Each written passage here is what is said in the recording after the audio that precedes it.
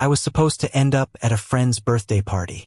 Instead, I landed in the front seat of a stranger's car, drunk off bad tequila and every mistake I'd made in the past 2 years. That was the night I met him, the wrong driver, the wrong ride, the wrong everything, and yet the only thing that's felt right since my life started falling apart. Now, weeks later, he waits outside my apartment every night, like some kind of ghost I never asked for but can't stop wanting. People would call it creepy. My heart calls it devotion. The city never sleeps, not really. Not in New York. The hum of traffic, the shouts of late-night wanderers, the sirens slicing through the dark, it's a constant reminder that life goes on whether you're ready or not. And in the middle of all that chaos, there he is, a man who should have been just a blip, a hiccup in my endless string of bad nights. Instead, he's turned into the story I can't put down. His name is Daniel. He's older than me by maybe 5 or 6 years, though the hard edges of his face, the small creases near his eyes, make it look like the city chewed him up long before I stumbled into his back seat. He doesn't smile much, but when he does, it's the kind of smile that makes you wonder if it cost him something. I was 23 and stubborn, working a job I hated at a coffee shop, pretending my degree meant something when it sat useless in a drawer. He was a rideshare driver working late shifts, driving strangers like me through the veins of the city. 2 lost souls orbiting each other in the worst possible moment. "Wrong car, kid," he'd said that night, his voice low and gravelly. "Then why didn't you kick me out?" I'd slurred back, my cheek pressed against the cool glass of his window. He hadn't answered. He'd just driven. That was how it began. The first week after that night, I thought I'd never see him again. New York is a graveyard for connections. You meet people, collide for a moment, and then they vanish into the noise. But on the 3rd night, when I stumbled home from another shift at the coffee shop, there he was, leaning against his car outside my building, cigarette glowing in the dark. "You following me?" I asked, half a joke, half a prayer.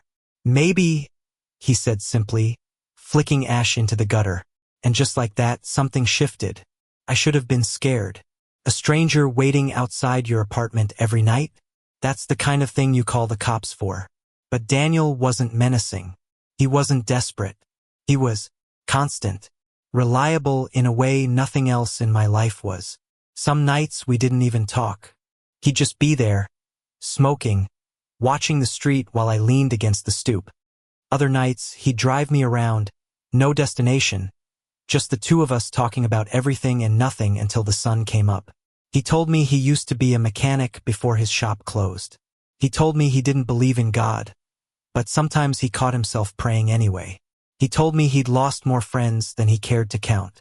I told him I hated my job, hated the city, hated myself for feeling stuck. Somewhere in between those long drives and quiet silences, I realized I was looking forward to him more than I'd ever admitted.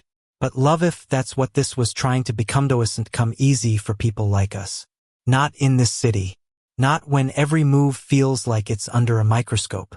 "People will talk," I said one night, watching him through the glow of his cigarette. "Let them," he replied. "It's not that simple." He exhaled smoke, the kind that seemed to carry years of weight. "It never is." And there it was, the truth I'd been avoiding. I cared about what people thought. I cared about my family back in Ohio who still believed boys like me grew out of crushes on other boys. I cared about my coworkers, about the neighbors who already whispered when they saw Daniel outside every night. But Daniel didn't care. Or maybe he did, but he was too tired to let it show. He'd lived long enough to understand that love wasn't something you waited for the world to approve of. It was something you grabbed and held onto with bloody, desperate hands. The first time he kissed me, it wasn't planned. We were sitting in his car outside a diner at 3 in the morning, coffee cups cooling in the cup holders. The radio played something soft, a song I can't even remember now.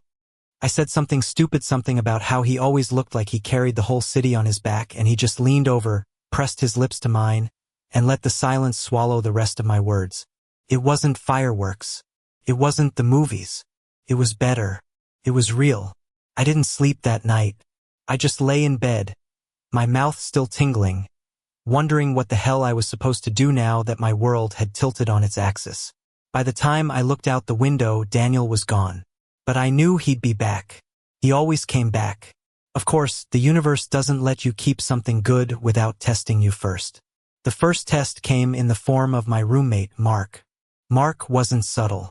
One evening, as I was pulling on my jacket, he leaned against the doorframe, arms crossed. "So, are you gonna tell me why that guy's been lurking outside every night? Or should I call 911 myself?" "He's not lurking," I snapped, a little too defensive.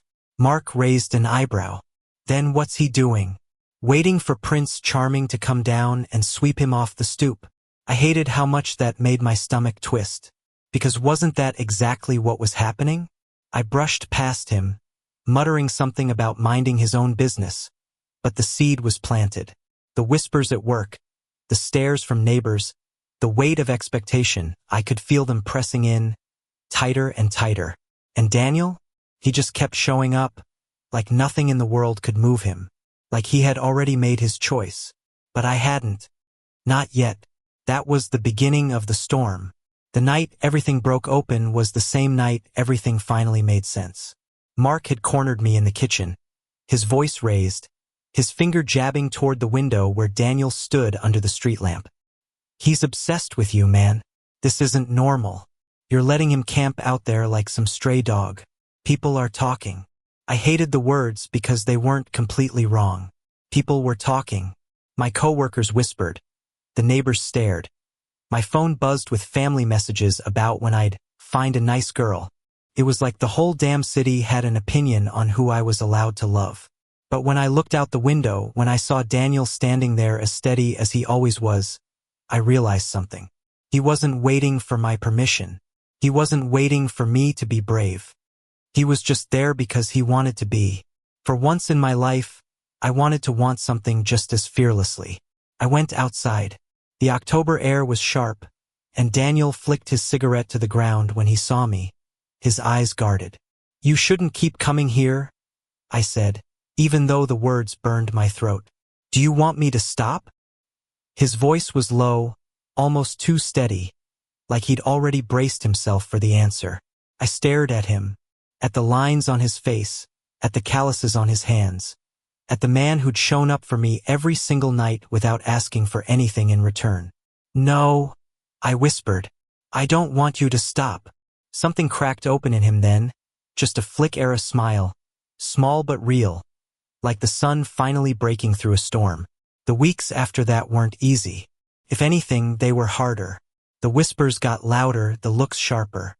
Mark moved out, slamming the door behind him, calling me a fool for throwing my life away on some washed-up cab driver. My mother's voice on the phone was brittle, cold, telling me I was breaking her heart. But Daniel never flinched. He never pushed me to choose, never asked me to explain. He just stayed. Some nights we drove aimlessly through the city, the windows down, music low. Other nights we sat in silence on the stoop, shoulder to shoulder, saying nothing because nothing needed to be said. It was in that silence that I found something I'd been missing my whole life. One night, he took me to the roof of his old apartment building in Queens. The city stretched out around us like a living thing, endless and indifferent. He handed me a beer and leaned against the railing. "You ever think about leaving?" I asked.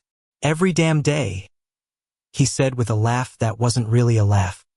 "But then I remember no matter where you go, you still gotta live with yourself." I looked at him, at the man who had quietly, stubbornly carved out a space for me in his life without ever demanding I do the same. And for the first time, I stopped being afraid. "I don't want to run anymore," I admitted. "Not from this. Not from you." His hand brushed against mine, tentative, like he still wasn't sure I meant it. I laced my fingers through his before he could pull away. The city kept roaring beneath us, but up there, on that rooftop, it felt like the world had finally gone quiet. The real test came when my mother showed up unannounced. She stood in my apartment, her eyes scanning the empty beer cans, the jacket Daniel had left draped over a chair. Her mouth tightened. "Is it true?" she asked. "Are you really doing this? With him?" I should have broken. I should have lied. That's what I'd always done before. but I was done living half a life. Yes, I said. It's true. I love him. The silence stretched so long I thought it would swallow me whole. Finally, she shook her head, tears spilling, and left without another word. I stood there shaking, my chest tight, but when I turned around, Daniel was in the doorway. He hadn't heard the whole thing, but he'd heard enough. He pulled me into his arms, held me so tight I thought maybe the pieces of me would finally stay together. You don't have to choose between them and me, he murmured. But if you do, I'll be here. I'm not going anywhere. And I believed him. Months passed. Winter thawed into spring. The city kept spinning, uncaring as ever, but I'd stopped trying to make it approve of me. Some people still whispered. Some friends disappeared. My family's calls grew less frequent. But the world didn't end. Life kept moving. And through it all, Daniel was there waiting outside, driving me through the night, sitting beside me when the weight of it all threatened to crush me. Love, I realized, wasn't about grand gestures or cinematic kisses. It was about showing up. Every night, no matter what. The last night he waited outside my apartment, I didn't make him wait long. I came down the stoop, my heart hammering, and instead of leaning against his car, I walked straight into him, pressing my lips to his before either of us could say a word. When I finally pulled back, breathless, I said the words I'd been carrying for too long. Come upstairs. Stay. For the first time since I met him, Daniel looked surprised. And then he smiled, the kind of smile that cost him nothing because it was finally free to give. We went upstairs together. And from that night on, he didn't have to wait outside anymore. Love didn't solve everything. It didn't silence the whispers or mend the broken places in my family. But it gave me something stronger than fear, stronger than shame. It gave me him, and that was enough. Thank you for listening. Don't forget to like and subscribe to stay updated with the latest videos.